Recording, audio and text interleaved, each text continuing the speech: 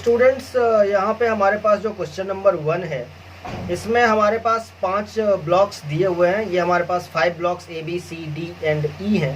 हर एक का velocity with respect to ground हमें बताया गया है और साथ ही हमें ये भी बताया गया है कि each and every surface is rough. और मुझे पूछा गया है कि हर एक ब्लॉक पे जो फ्रिक्शन एक्ट करेगा उसका डायरेक्शन क्या होने वाला है। तो यहाँ पे इस क्वेश्चन को अप्रोच करने के लिए हमें 2 बातों का ध्यान रखना है। एक तो एक्शन रिएक्शन पेयर में काम करता है फ्रिक्शन, और दूसरा फ्रिक्शन हमेशा स्लाइडिंग टेंडेंसी को अपोज करता है। तो चलिए सबसे पहले हम लोग बात कर लेते हैं ई की। तो फॉर एग्जांपल हम लोग ई की बात कर रहे हैं, तो ई की वेलोसिटी 2 मीटर पर सेकेंड है और डी की 1 मीटर पर सेकेंड है। तो मैं अगर डी के रेस्पेक्ट में ई की वेलोसिटी निकालना चाहूँ तो मैं ये बोल सकता हूँ कि हमारा जो ई है वो 1 मीटर पर सेकेंड से इधर जा रहा है। So this 1 metre per second I can write it as velocity of E with respect to D. तो कहने का मतलब है कि हमारा जो ई है उसमें स्लाइडिंग टेंडेंसी टुवर्ड्स राइट है। तो इसको अपोज करने के लिए हमारा फ्रिक्शन जो एक्ट करेगा इस पॉइंट पे वो लेफ्ट डायरेक्शन में एक्ट करेगा। अब चलिए हम लोग डी की बात कर लेते हैं। तो जहाँ तक डी की बात है तो इस एक्शन का जो रिएक्शन है वो यहाँ पे आने वाला है, ये एफ इधर लगेगा। और साथ ही साथ अब अगर मैं बात करूँ 1 और 3 ये 2 वेलोसिटीज़ की, तो सी के रेस्पेक्ट में डी की वेलोसिटी का डायरेक्शन किधर है और वो वेलोसिटी कितनी है। तो ये 1 है, ये 3 है। तो अगर मैं डी की वेलोसिटी विद रिस्पेक्ट टू सी बात करूँ then that will be equal to 2 meter per second. As you can see along negative x-axis that will be velocity of d with respect to c. तो इसको sliding tendency की यहाँ पे अगर बात की जाएगी तो d की जो स्लाइडिंग टेंडेंसी है वो टुवर्ड्स लेफ्ट है। d और c सरफेस की बात मैं कर रहा हूँ। इसको अपोज करने के लिए हमारा जो फ्रिक्शन है वो टुवर्ड्स पॉजिटिव x-axis इस तरीके से एक्ट करेगा। अब बात कर लेते हैं c की। तो सबसे पहले सी को देख लीजिए। तो सी के ऊपर में हम लोग क्या देख रहे हैं कि इसका रिएक्शन आएगा। तो डी का जो रिएक्शन आएगा वो वाला फ्रिक्शन तो हम लोग आराम से टुवर्ड्स नेगेटिव एक्स एक्सिस बता सकते हैं। और सी बी के इंटरफेस की बात करें तो सी की वेलोसिटी 3 मीटर पर सेकेंड है, बी की 5 मीटर पर सेकेंड है। तो velocity of C with respect to B अगर बात करें तो वो हो जाएगा towards negative x axis. So this will be velocity of C with respect to B and that will be 2 metre per second towards negative x axis. इस velocity को oppose करने के लिए इस सरफेस पे जो फ्रिक्शन एक्ट करेगा वो towards positive x axis act करेगा। सो द फ्रिक्शन का डायरेक्शन जो हो गया सी के लिए ये हो गया। अब बी की बात कर लेते हैं। तो बी का जो अपर सरफेस है उस पर तो इसका रिएक्शन एक्ट करेगा इस फ्रिक्शन का, तो ये हमने इधर रिएक्शन लगा दिया। अब बी और ए के इंटरफेस की बात करते हैं। तो बी की velocity 5 metre per second towards positive x axis है, ए की velocity 5 metre per second towards negative x axis है। तो अगर हम लोग बात करें velocity of B with respect to A तो ये हमें मिल रहा है 10 metre per second towards positive x axis. तो 10 metre per second is velocity of B with respect to A, ऐसा हम लोग कह सकते हैं। तो इसकी जो स्लाइडिंग टेंडेंसी है वो टुवर्ड्स पॉजिटिव एक्स एक्सिस है। इसको अपोज करने के लिए जो फ्रिक्शन एक्ट करेगा वो towards negative x axis act करेगा। तो हमने यहाँ पे फ्रिक्शन बी के ऊपर भी लगा दिया। ए की बात करें अगर यहाँ पे तो ए का जो अपर सरफेस है उस पर तो इस फ्रिक्शन का रिएक्शन एक्ट करेगा, तो ये इधर हमने लगा दिया। अब अगर बात करें ग्राउंड के रेस्पेक्ट में ए की वेलोसिटी तो वो 5 metre per second towards negative x axis है। इसको अपोज करने के लिए जो फ्रिक्शन है वो एक्ट करेगा और वो एक्ट करेगा towards positive x axis. So this is the direction of friction on block A by ground. और चलिए ग्राउंड की बात कर लेते हैं। तो ग्राउंड पे इस फ्रिक्शन का रिएक्शन एक्ट करेगा। So this will be the direction of friction on the ground. Coming to question number 2 and that is very similar to question number 1। Just दोनों में डिफरेंस ये है कि यहाँ पे फोर्स भी इंक्लूड किया गया है। जो क्वेश्चन नंबर 1 है उसमें बस वेलोसिटी बताई गई थी, इसमें जस्ट फोर्स एक्स्ट्रा है। तो यहाँ पे जो बात ध्यान देने वाली है वो ये है कि हमारे पास जो फोर्स है वहाँ पे वो हम लोगों को कंसिडर करने की कोई ज़रूरत नहीं है, सिंस पार्टिकल ए और पार्टिकल बी दोनों मोशन में है। दोनों की जो वेलोसिटी है वो आपको दी हुई है। अगर ये दोनों रेस्ट में रहते और फिर हम लोग फोर्स लगा रहे होते तो हम लोग स्लाइडिंग टेंडेंसी चेक करते और उसको अपोज करने के लिए फ्रिक्शन का डायरेक्शन हम लोग पता करते। लेकिन सिंस यहाँ पे ए और बी दोनों ऑलरेडी मूव कर रहे हैं, तो यहाँ पे फिर हम लोगों को टेंडेंसी चेक करने की जरूरत नहीं है, यहाँ पे एक्चुअल रिलेटिव मोशन ए और बी के बीच में हो रहा है। तो चलिए देखते हैं। सबसे पहले ए की बात कर लेते हैं, और ए और बी के बीच में जो ये सरफेस है उसको कंसिडर कीजिए। ए की velocity 3 metre per second towards negative x axis है, बी की velocity 6 metre per second towards negative x axis है। तो अगर मैं पता करना चाहता हूँ velocity of A with respect to B, clearly you can see that this velocity is going to be towards positive x-axis and that will be 6 minus 3 which is 3 meter per second। तो हमारा जो relative motion है वो towards positive x axis पे हो रहा है। सो इसको अपोज करने के लिए जो हमारा फ्रिक्शन का फोर्स एक्ट करेगा वो टुवर्ड्स नेगेटिव एक्स एक्सिस करेगा। सो हमारे जो ब्लॉक ए है उसके ऊपर फ्रिक्शन का फोर्स कुछ यूं एक्ट कर रहा है। Next we will talk about B. तो जहाँ तक बी की बात रही, तो हम लोग कहेंगे कि इस फ्रिक्शन का जो रिएक्शन है वो बी के ऊपर एक्ट करेगा कुछ यूं।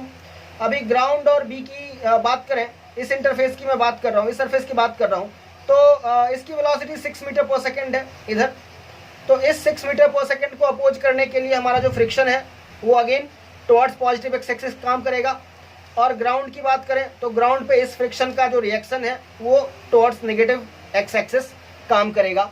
And that is the complete description of the direction of friction on each block and the ground। तो यहाँ पे हमने क्या ध्यान दिया कि हमने 5 न्यूटन और 7 न्यूटन को कहीं पे कंसिडर ही नहीं किया है, क्योंकि हमें पार्टिकल्स के वेलोसिटी के बारे में ऑलरेडी पता है, एंड वेलोसिटी ही बताएगा कि यहाँ पे फ्रिक्शन का डायरेक्शन क्या होने वाला है। So coming to question number 3, और इस क्वेश्चन में हमारे पास 3 ब्लॉक्स ए, बी और सी हैं। ए और बी एक हॉराइजॉन्टल टेबल के ऊपर रखे हुए हैं और एक पुल्ली के साथ कनेक्टेड है, और फिर ये जो पूरा सिस्टम है वो एक वर्टिकल पुल्ली के साथ कनेक्टेड है, और उस वर्टिकल पुल्ली के साथ हमारे पास एक और मास सी है जो कि कनेक्टेड है। सिचुएशन बिल्कुल आइडियल है, सारे पुल्ली मासलेस हैं और जो स्ट्रिंग है वो भी मासलेस है। अभी यहाँ पे अगर हम लोग फ्री बॉडी डायग्राम की बात करें तो लेट अस स्टार्ट विद ए।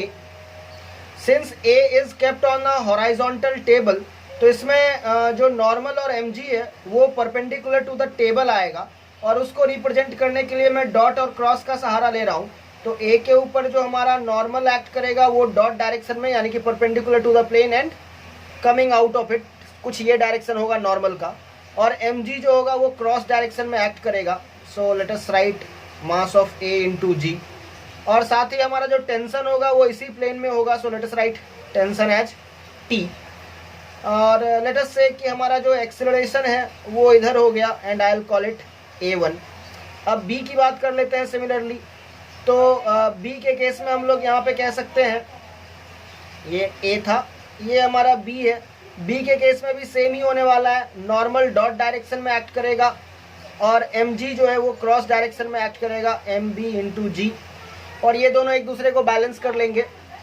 हमारा जो टेंशन है वो अगेन इधर एक्ट करेगा, और लेट अस से कि हमारे ब्लॉक बी का एक्सेलरेशन a2 है।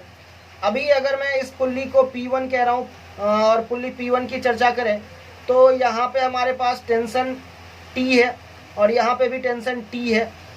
तो from equilibrium of the pulley T plus T, 2T इधर एक्ट करेगा, और यही 2T ट्रांसमिट होकर के ब्लॉक C के ऊपर भी एक्ट करने लगेगा। तो चलिए ब्लॉक C की बात कर लेते हैं।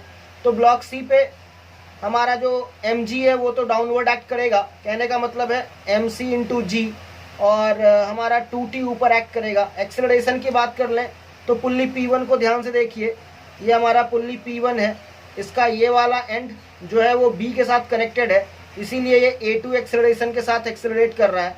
इस एंड की बात करें तो ये A के साथ कनेक्टेड है, इसीलिए A1 एक्सेलरेशन के साथ आगे बढ़ रहा है, और इसके एक्सेलरेशन को मैं A3 कह रहा हूँ। तो पुल्ली कंस्ट्रेंट से मैं यहाँ कह सकता हूँ कि A3 is equal to A1 plus A2 by 2, और यही एक्सेलरेशन A3 जो है वो हमारे थर्ड ब्लॉक यानी कि C को मिलेगा। So it is A3। अभी मुझे तीनों के लिए न्यूटन्स लॉज ऑफ मोशन का इक्वेशन लिखना है और उसे सॉल्व करना है। तो पहले केस में T इज इक्वल टू, इसका मास A का 1 है तो 1 इंटू A1, ये हमारा पहला इक्वेशन हो गया। इसके लिए अगर बात करें तो T इज इक्वल टू, इसका मास 2 है तो 2 इंटू A2 लिख देंगे। अभी अगर इसकी बात करें तो ये mg यानी कि मास इसका 4 kg है, तो 4 into g, so I write 4g minus यहाँ पे टेंशन 2t आ रहा है, तो 4g माइनस 2t is equal to mass 4 kg है इंटू A3 के जगह पे मैं simply A1 plus A2 by 2 plug in कर रहा हूँ। 2 2 जा 4 हो गया यहाँ से। Now what we see from here is 4g is equal to 2t plus 2A1 plus 2A2। तो मैं यहाँ पे क्या करता हूँ, 2t को एज इट इज रहने देता हूँ, प्लस 2A1, A1 हमारे पास t है तो 2A1 2t हो जाएगा, प्लस 2A2 हमारे पास t है, यानी कि 4g इक्वल टू हमारे पास 5t आ रहा है। और इस तरीके से हम लोग बता सकते हैं कि t is equal to 4g by 5 आ जाएगा। और अब हम लोग A1 बता सकते हैं क्योंकि A1 हमारा t है, so A1 will be equal to t which is 4g by 5। इसके बाद हमारे पास t इक्वल टू 2A2 है, तो हमारा जो A2 हो जाएगा वो t बाई 2 हो जाएगा, तो t बाई 2 करेंगे तो ये हो जाएगा 2g by 5 metre per second square. और जहाँ तक बात रही A3 की, तो A3 है A1 प्लस A2 बाई 2 यानी कि 4g by 5 plus 2g by 5 by 2, तो 4 plus 2 6, 6 by 2 is 3, so I can say it will become 3g by 5। तो इस तरीके से हमने तीनों ब्लॉक के एक्सेलरेशन को पता कर लिया।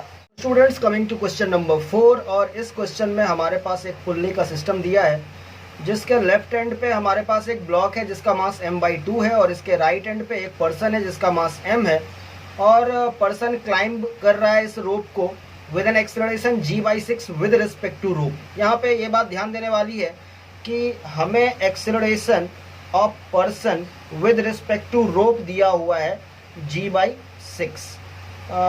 एंड डायरेक्शन के लिए मैं यहाँ पे जे कैप लगा रहा हूँ। तो हमसे पूछा गया है कि इस ब्लॉक का एक्सेलरेशन कितना हो जाएगा और इस रोप का टेंशन कितना हो जाएगा। सो हम लोग ये अज्यूम करके चलते हैं कि जैसे जैसे ये पर्सन ऊपर जाएगा वैसे वैसे ये जो ब्लॉक है हमारे पास वो a एक्सेलरेशन से ऊपर जा रहा है।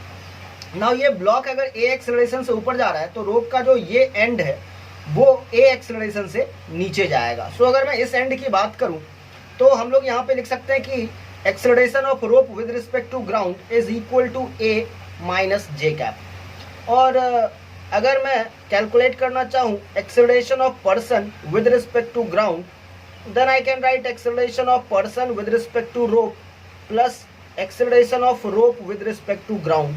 और ऐसा लिखने से मेरे पास आ रहा है g/6 minus a J cap, यानी कि इसका जो इफेक्टिव एक्सेलरेशन हो गया पर्सन का वो g/6 माइनस a आ गया अपवर्ड डायरेक्शन में पॉजिटिव y एक्सिस के अलॉन्ग। चलिए फ्री बॉडी डायग्राम बनाते हैं। तो पहले मैं ब्लॉक का बना रहा हूँ, तो ब्लॉक का मास है m/2, तो इसके ऊपर में वेट आएगा m/2g का और टेंशन आएगा t का, और ये a एक्सेलरेशन से ऊपर जा रहा है। सेकेंडली अगर मैं पर्सन का फ्री बॉडी डायग्राम बनाऊँ तो पर्सन के ऊपर में भी टेंशन आएगा t का, और इसका जो वेट आएगा वो आएगा mg का, और ये g/6 माइनस a एक्सेलरेशन से ऊपर जा रहा है। अभी मैं अगर न्यूटन सेकेंड लॉ वाला इक्वेशन लिखूं पहले ब्लॉक के लिए तो ये हो जाएगा t minus m/2 g is equal to m/2 a। और अगर मैं पर्सन के लिए इक्वेशन लिखूं तो ये हो जाएगा t minus mg is equal to m into g/6 minus a। अभी मैं अगर t को एलिमिनेट करना चाहता हूं तो मुझे इन दोनों इक्वेशन को सब्ट्रैक्ट कर देना चाहिए। सो let us subtract these two equations. तो t से t मेरा कैंसिल हो गया, mg minus m/2g, so I'll have m/2g, and here I'll have minus mg/6 minus minus plus ma plus ma/2, ये यहाँ से आ गया। अब अगर मैं इस इक्वेशन को फर्दर सॉल्व करता हूँ then I'll get m/2g plus mg/6 is equal to 3ma/2। और अगर मैं यहाँ से चाहूँ तो a का वैल्यू कैलकुलेट कर सकता हूँ, and a is coming as 4g/9। तो ये हमने a की वैल्यू कैलकुलेट कर ली है। एंड सेकेंडली मुझे टेंशन भी कैलकुलेट करना है, so I will use this equation. So t is equal to m/2g plus m/2a, और a के जगह पे मैं 4g/9 यूज कर रहा हूँ। And after solving this I will get t equal to 13 mg/18। तो ये हमारा टेंशन के लिए एक्सप्रेशन आ गया and that is the solution for question number 4। So students, in question number 5 we have got a platform, और इस platform पे एक पर्सन खड़ा है और वो इस रोप को पुल कर रहा है अपनी side, so that this platform can be hoisted up. और हमें ये बताया गया है कि weight of platform plus painter जो है वो 200 न्यूटन है, और बी के पास जो मैक्सिमम टेंशन हो सकता है रोप में वो है 300 न्यूटन। तो हमें एक्सेलरेशन की मैक्सिमम वैल्यू बतानी है, पेंटर के एक्सेलरेशन की मैक्सिमम वैल्यू बतानी है। तो सबसे पहले हम लोग अपने सिस्टम को डिफाइन कर लेते हैं। तो मेरे लिए जो सिस्टम है वो है पेंटर प्लस प्लेटफॉर्म, ये मैंने दोनों को अपना सिस्टम मान लिया है। नाउ अगर बी के पास मैक्सिमम टेंशन 300 हो सकता है तो ए के पास कितना टेंशन हो सकता है, इसको जरा देख लें। तो नॉर्मल सा बात है, यहाँ पे आपके पास मैक्सिमम टेंशन 300 न्यूटन है, तो यहाँ पे ये इक्वली डिस्ट्रीब्यूट हो जाएगा, यहाँ पे 150 और यहाँ पे भी आपको 150 न्यूटन का टेंशन मिलने वाला है। तो हमारा जो फ्री बॉडी डायग्राम है उसको जरा देखेंगे, अपने सिस्टम के हिसाब से मैं बना रहा हूँ। तो मेरा system platform plus the person है। अभी सबसे पहले तो इस एंड पे 150 न्यूटन का टेंशन आ जाएगा रोप के द्वारा जो हैंग कर रहा है अपना प्लेटफॉर्म, और दूसरा इस पर्सन के ऊपर भी 150 न्यूटन का टेंशन आएगा क्योंकि ये रोप को एक एंड पे होल्ड करके रखा हुआ है।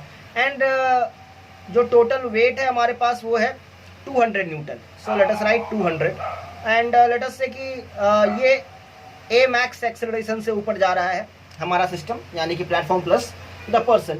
तो यहाँ से अभी हम लोग ये कह सकते हैं कि 150 plus 150 that is 300 minus 200 and that thing is going to be, इसका जो मास हो गया, वेट है चूंकि 200 न्यूटन, तो 200 is m g divided by g, तो हमें m मिल गया इनटू ए मैक्स।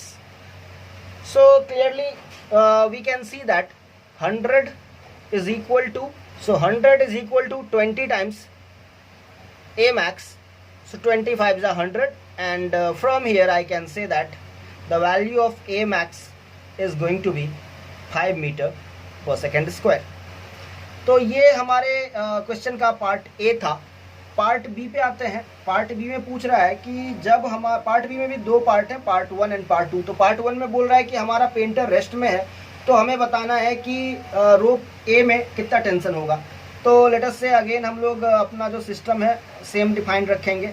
तो ये पूरा सिस्टम अभी रेस्ट में है, तो हमारे पास ये आ जाएगा एक टेंशन टी, यहाँ पे एक टेंशन टी, और टोटल वेट जो है प्लेटफॉर्म प्लस पेंटर का वो 200 न्यूटन है। और since it is at rest, so we will say 2t equal to 200 newton and from here we can say that tension is equal to 100 Newton.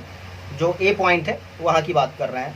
और secondly ये बोल रहा है कि जब हमारा painter 2 metre per second square से ऊपर जा रहा है, सो 2 मीटर पर सेकेंड स्क्वायर, तो यहाँ पे हम लोग बोलेंगे कि 2t minus 200 is equal to जो इसका मास है दैट इज 20 इंटू एक्सेलरेशन 2 हो गया।